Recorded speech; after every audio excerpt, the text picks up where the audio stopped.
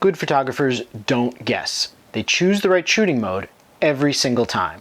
And after this video, so will you. I'll break down every major shooting mode from auto to manual so you know exactly when and why to use each one, no matter what your current skill level is. I'll show you exactly how I've helped hundreds of aspiring photographers break through the confusion of all those different modes and begin to master their camera. And I'll teach you which modes I've used most often to build my photography business, win photo contests, and even have my photos published on the covers of magazines. At the end, I'll show you a little learning hack that will supercharge your progress towards mastering your camera settings. But if you want to take control of your photography even faster, then you can click on the link below to learn how to use manual mode in just 7 days. So let's start with the auto modes. Think green box mode, but can also be scene modes like portrait, landscape, or that sports mode on some cameras. These are like the training wheels of your camera. The camera does all the work. It picks the shutter speed, aperture, ISO, and sometimes even the focus point. It's great for quick snapshots or if you're in a hurry, but it has its limitations. The camera doesn't know what you're going for. It might use a high ISO and give you grainy images when you really wanted a dark looking image for something like a night scene. Or it might use a wide aperture to let in more light when you really wanted more of the image in focus and a slower shutter speed because you were on a tripod shooting a landscape scene. But what about those auto modes that are pre-programmed for a certain type of photography, like portraits, landscape, or sports? These might get you slightly closer to the ideal camera settings. But the big problem is that you can have huge differences in the type of shots you'll face even within these different camera modes. For example, if you choose the sports mode, all that means is that the camera is going to prioritize using a higher shutter speed. But how does your camera know the difference between shooting your kids playing in the yard versus shooting a race car flying past you at 200 miles per hour? It doesn't, which is why even these modes are going to be very limiting. Use auto if you're brand new to photography, or maybe if you're handing your camera to a friend and want a picture of yourself.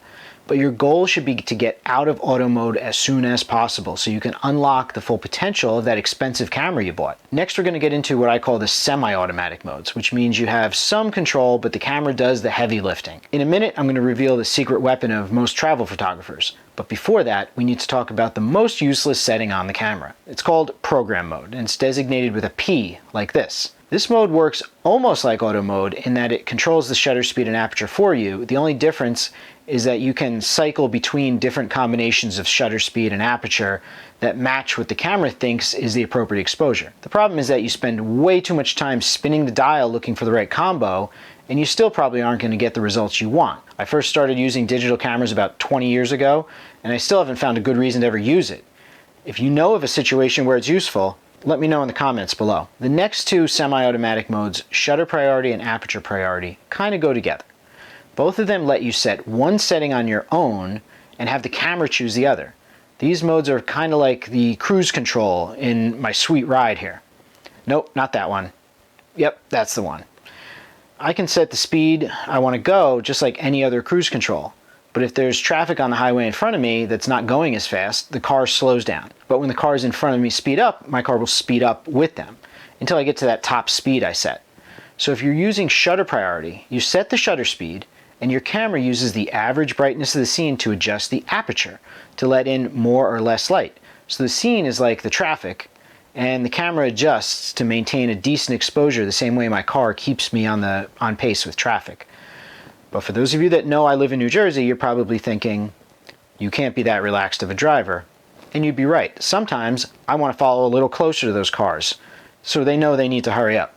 And so I can make that adjustment. The camera does something similar. If you need an image a little bit brighter or a little bit darker than what the camera did, you can use something called exposure compensation to tell the camera that you don't like what it's doing and you want the scene to be brighter or darker. By the way, if you know of a better analogy than cruise control in my car that I can use to explain this, leave a comment and help me out because that's all I have right now. Back to shutter priority. This mode is best for situations where you want to either freeze motion like sports or wildlife, or blur it on purpose, such as waterfalls or star trails. The next one is aperture priority, and it works exactly the same as shutter priority, except you choose the aperture, which kind of lets you choose the depth of field as well.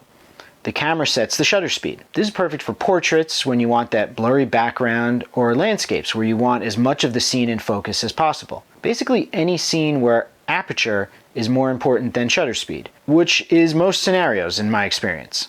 This mode also works well with auto ISO.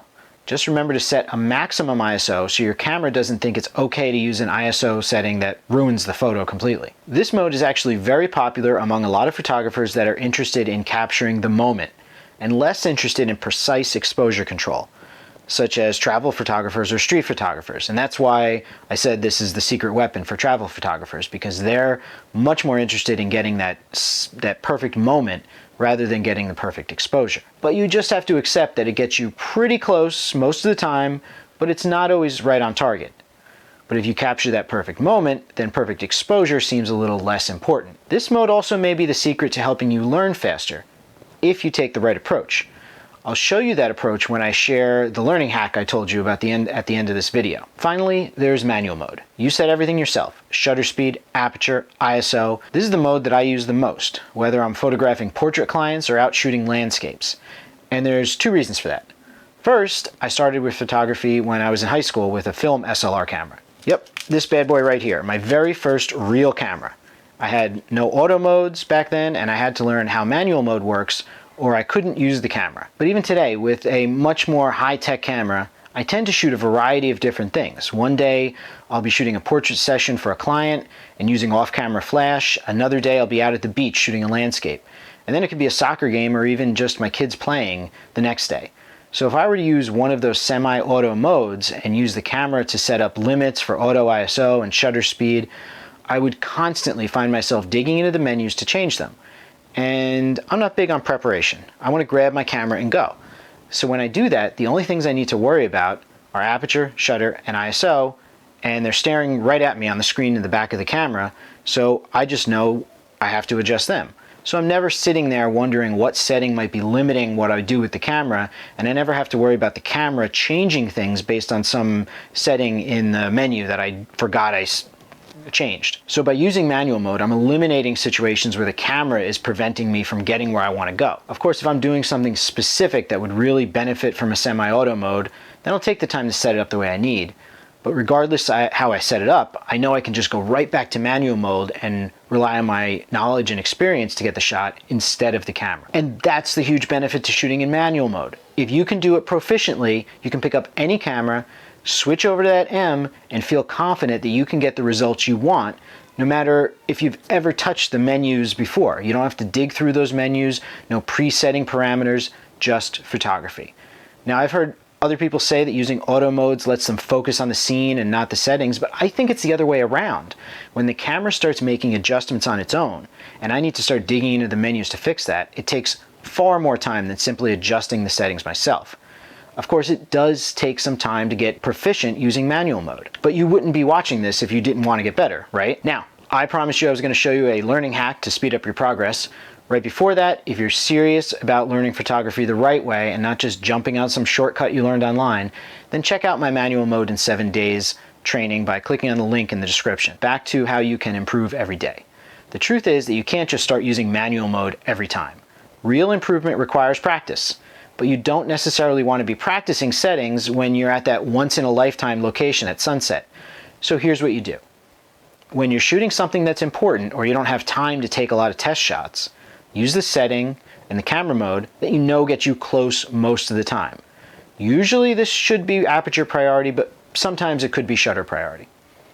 But all the other times when you have your camera out for fun and you're just taking pictures and you have some time, force yourself to put it in manual mode and work through the settings until you get it right. That way you aren't getting frustrated by not getting great shots of the important stuff, but you're still getting the benefits of real practice with the camera settings. There's really no shortcuts to this, so getting out there and practicing is what will help you improve. It sounds so simple, but hardly anyone ever does this. My students have, and they're getting great results faster than ever before. But just getting the settings right isn't enough to really level up your photography. And if you're missing this next key component, then no matter how well exposed your photos are, they're always going to look like amateur snapshots. So make sure you watch this next video to find out what it is.